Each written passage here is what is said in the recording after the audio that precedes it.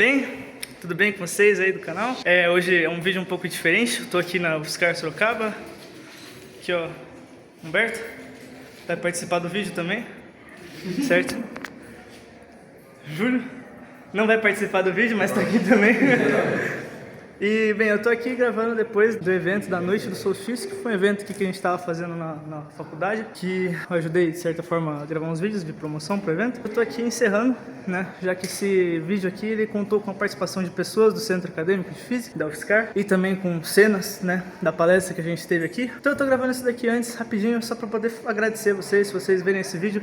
Ele provavelmente vai ficar um pouco mais longo, eu não sei. Tô gravando logo depois do evento. Então eu tô gravando desse jeito simples aqui, só pra falar pra vocês que o vídeo ficou muito legal. Pedir pra você assistir, pra você se inscrever, deixar o seu like e mandar pra um amigo seu que gosta de física. O Mário Eduardo tá aparecendo aqui no fundo também. É isso. Eu espero que vocês gostem do vídeo e se inscrevam no canal também. Um beijo e bom vídeo pra vocês.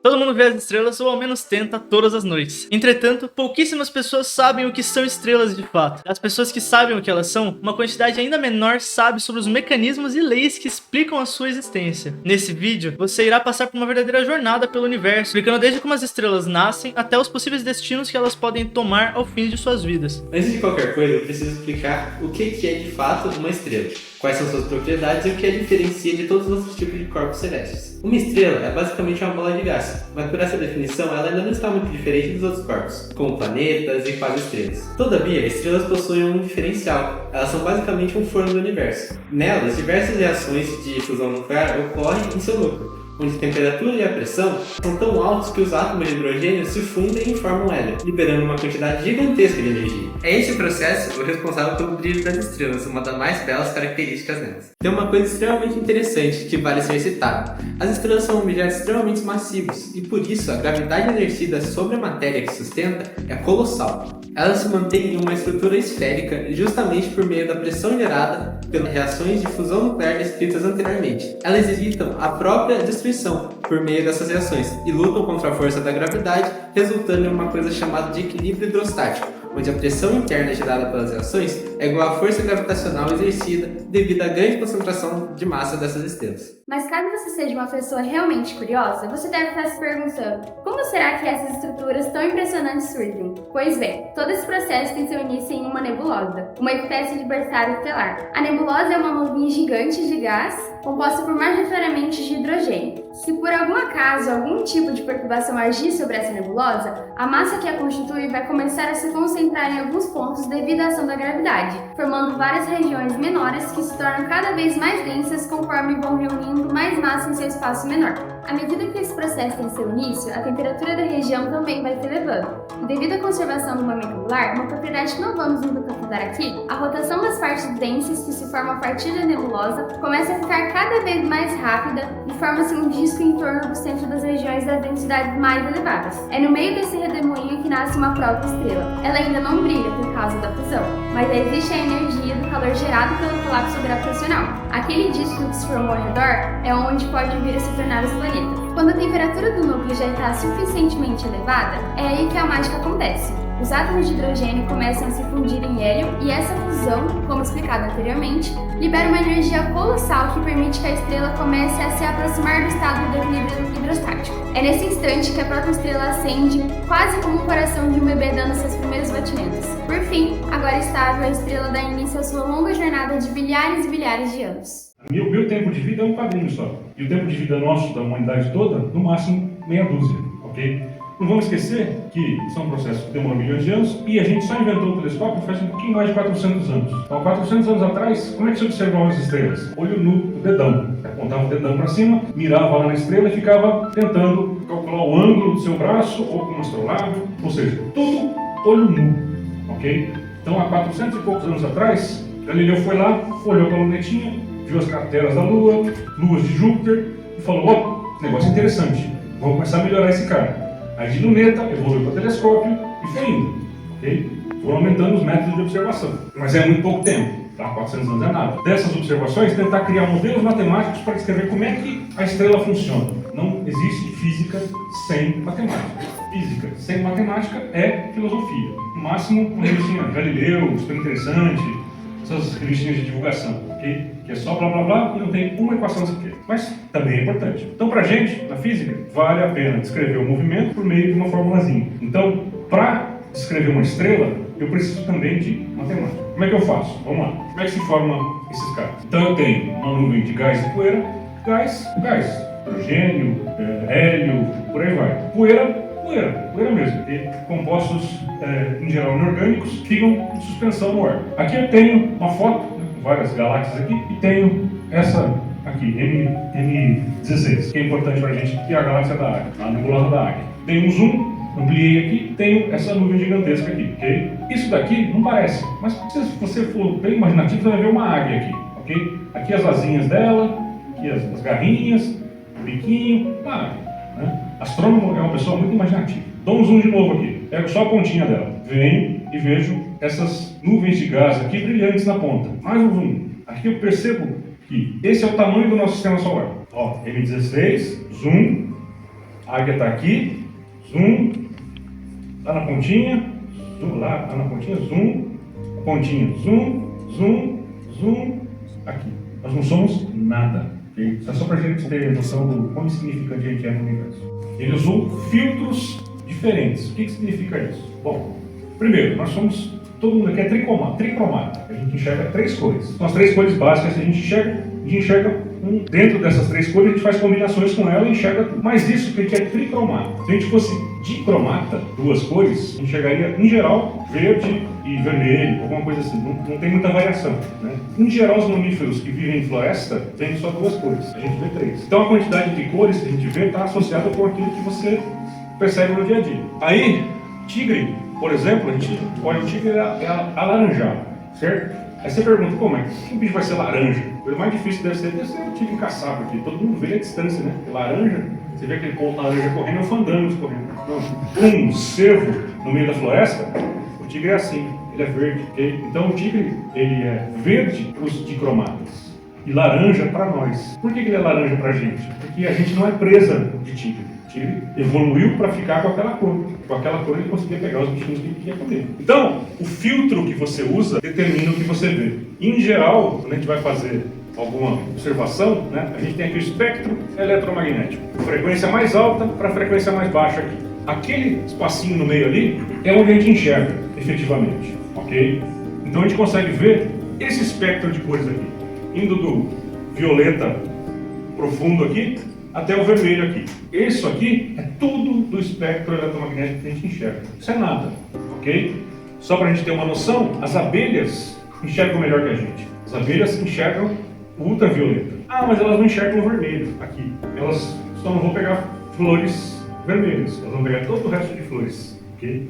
Tem para cá. Então, as abelhinhas, nossas amigas, enxergam melhor que a gente no espectro ultravioleta.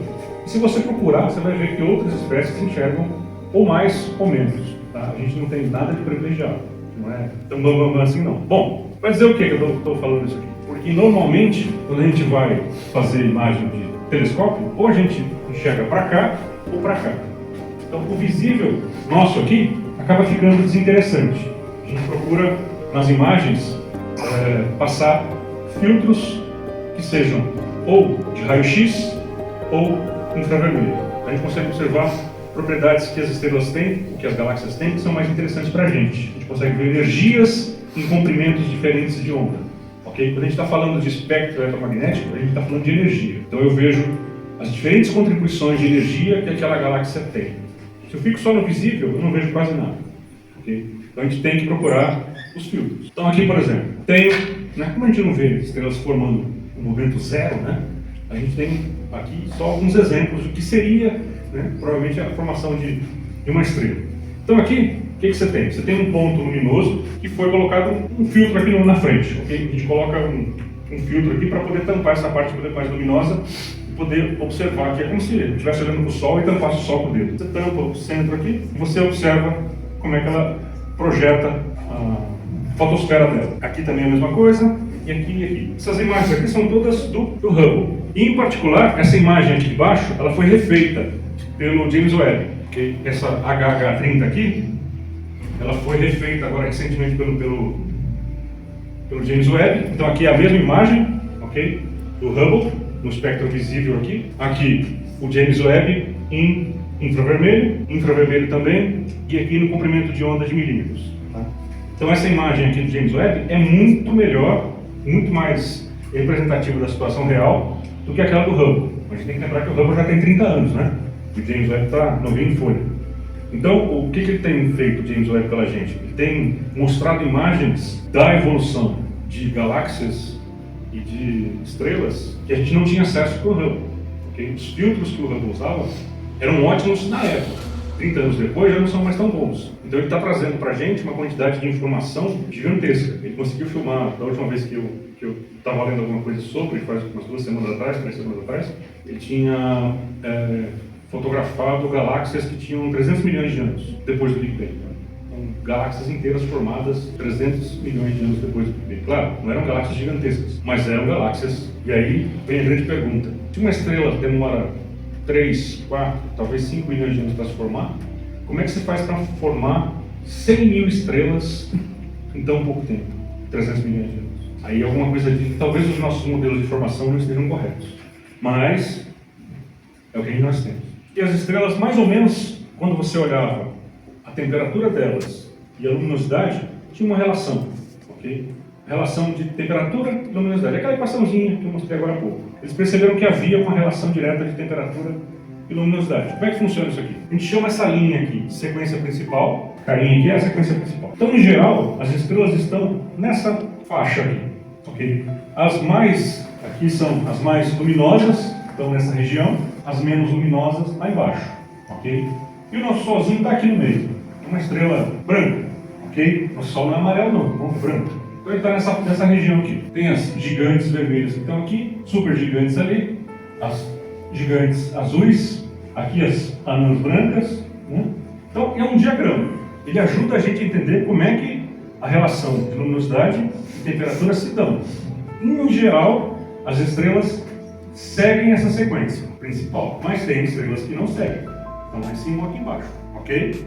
Então é só para a gente ter uma ideia de que esse negócio pode fluir. Então aqui eu tenho a nebulosa do olho de gato. Dessa nebulosa eu posso ter o que a gente chama de anã branca, estrela de nêutrons, um buraco negro ou algum outro objeto compacto. Então na física a gente chama qualquer coisa que tenha a densidade da ordem de uma estrela de nêutrons, que é mais ou menos 10 a 15 gramas por centímetro cúbico, uma colherzinha de chá pesando algumas toneladas. Né? Pega uma colherzinha de chá, essa colherzinha de chá vai pesar algumas toneladas. Então qualquer coisa que tenha densidade dessa ordem a gente chama de objeto compacto. Tem uma hora que você cansa de dar nome, tá? Então você joga tudo no mesmo saco e fala, vai, objeto compacto. Então quando você fala em tamanho, só pra gente ter ideia daquelas estrelas super gigantes azuis lá em cima, né? Aqui eu tenho Mercúrio, Marte, Vênus e Terra. A Terra está grande, hein? Somos o maior planeta aqui do sistema solar, que estão dentro, né? Os planetas internos rochosos. Aí você passa para o próximo.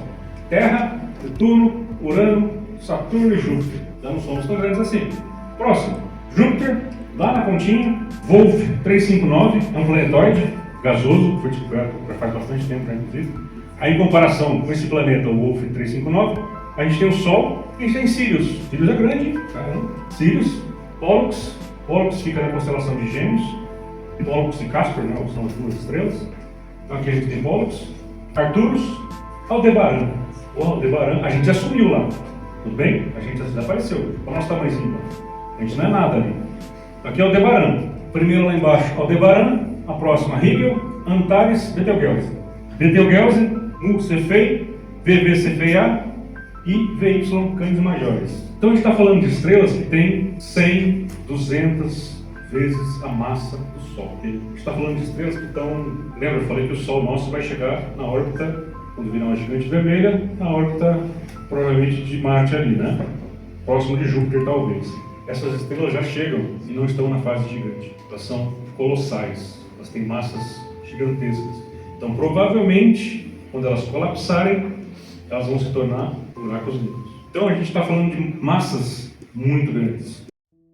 Caso a massa da estrela seja baixa, até 8 vezes a massa do Sol, a gravidade já não segura mais as camadas externas da estrela, e a camada externa começa a ser lentamente expelida ao espaço. Por fim, Depois de ter toda aquela camada de gás expelida, sobra somente o núcleo da estrela, uma anã branca, cujo núcleo tem aproximadamente o tamanho da Terra. Nesse estado, já não há mais fusão nuclear, e a estrela irá simplesmente esfriar lentamente por mais bilhões de anos. Já para estrelas de massa média, entre 8 a 20 vezes a massa do Sol, a fusão dos elementos continua até formar o ferro no núcleo da estrela. Todavia, o ferro não gera mais energia ao se fundir. Nisso, o núcleo colapsa em milissegundos, e o colapso gera uma explosão colossal chamada supernova. Essa explosão libera elementos pesados no espaço, formando enfim novas nebulosas. Todavia, caso o núcleo da estrela possua entre 1,4 a 3 vezes a massa do Sol, ele colapsa até virar uma estrela feita quase somente de nêutrons. Uma estrela pequena e de massa extremamente gigante, uma densidade absurda. Dentre essas estrelas é possível que algumas emitam pulsos de rádio pelo espaço, as conhecidas pulsars. Por fim, no caso de estrelas muito massivas,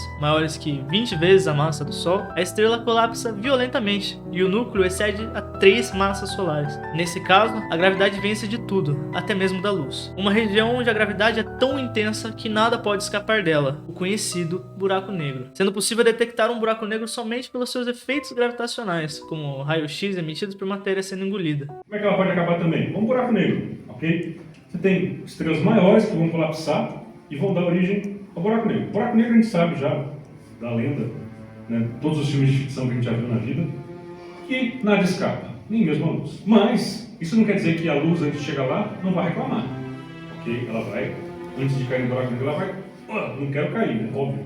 Então aqui a gente tem a M87, tá? M87 é uma galaxiazinha, ok? Dentro dela, a gente descobriu que tem um buraco negro, já faz tempo delas. Essa foto aqui é de 2019. Foto não, é uma reconstrução de imagem, ok? A gente não tem essa coisa de tirar foto de buraco negro. Mas a gente tem aqui uma parte do anel. Então quem assistiu Interestelar aqui já? Todo mundo já viu, né? Tem aquela parte do anel, né? Que fica uma coisa bonita e tal. Isso aqui o que é? Isso é matéria superaquecida. Porque a matéria começa a orbitar o buraco negro e cai.